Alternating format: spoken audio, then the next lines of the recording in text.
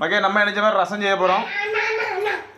இப்போ வந்து நாங்க ரசம் செய்ய போறோம். அதனால எல்லா தேவையானதெல்லாம் எடுத்து வைக்க போறோம்.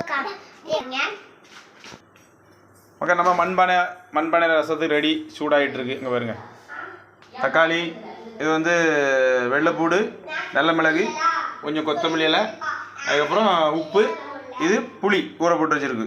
அதுக்கப்புறம் நம்ம வீட்டில் இருக்க கடலை எண்ணெய். நம்ம இப்போ எண்ணெய் ஊற்ற போகிறோம். இப்போ கடுகு போட போகிறோம். கடுகு போட்டாச்சு. சீரகம் போட போகிறோம். இப்போ வத்தல் போட போகிறோம். இப்போ நல்ல மிளகு, வெள்ளைப்பூடு போட போகிறோம். தக்காளி போட போகிறோம்.